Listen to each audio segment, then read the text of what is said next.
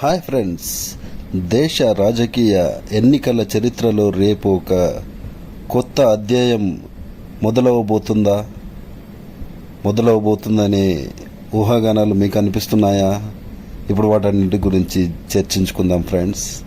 తమిళనాడులో ప్రతిష్టాత్మకంగా జరిగిన ఈ 2026వ సంవత్సరం ఎన్నికల్లో విజయ్ పార్టీ టీవీకే ఏ మేరకు సీట్లు సాధించబోతుంది? మీ ఊహాగానాలు, మీ అంచనాలు ఎంతవరకు ఉన్నాయి చెప్పండి ఫ్రెండ్స్.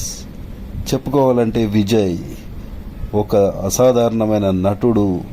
విజయ్ తలపతిగా పేరొందిన విజయ్ ఈసారి ఎన్నికల బరిలోకి దిగారు.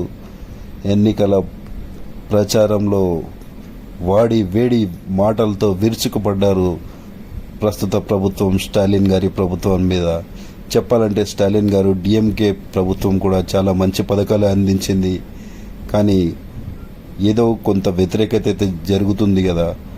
అదే విషయం మీద విజయ్ విరుచుకుపడ్డారు ప్రజల పక్షాన.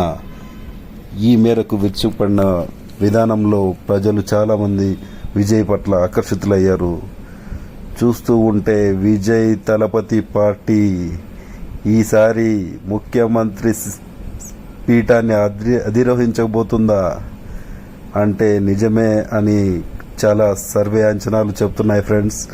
ప్రతిష్టాత్మకమైన యాక్సిస్ ఇండియా సర్వే ప్రకారం ఈసారి విజయ్ పార్టీ ముఖ్యమంత్రి పీఠాన్ని అధిరోహించబోతుంది. మొదటిసారి ఎన్నికల్లో కంటెస్ట్ చేశారు విజయ్.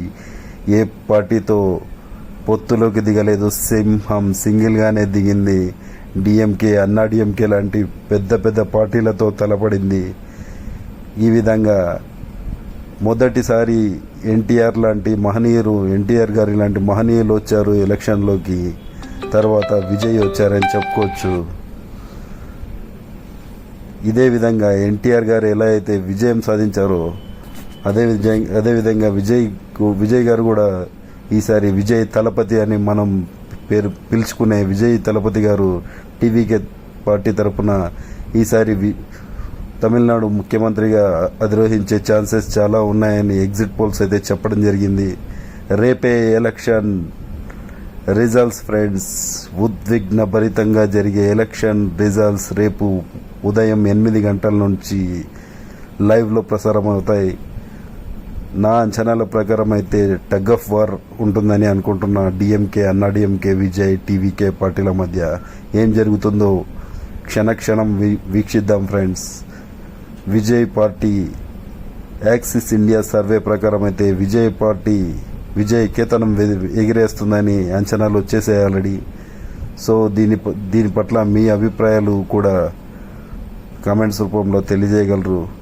కానీ విజయ్ ఈసారి మాత్రం గెలిస్తే అదొక రికార్డ్ అని చెప్పుకోవచ్చు. మొదటిసారి సీఎం కాంటెస్ట్లో నిలబడి ఒక అసాధారణమైన నటుడు సీఎం అయితే ఎలా ఉంటుందో చూడబోతున్నాం. సీఎం విజయ్ అనే అభినందనమైన అభివాదాల మధ్య విజయ్ తన సీఎం పీఠాన్ని అధిరోహించి సీఎం స్పీచ్ ఇస్తారా, లేకపోతే స్టాలిన్ గారి పట్లే తమిళనాడు ప్రజలు తమ అంకిత భావాన్ని తెలుపుకుంటారా? చూద్దాం ఫ్రెండ్స్. ఒక్కరోజు రేపు మార్నింగ్. Please subscribe.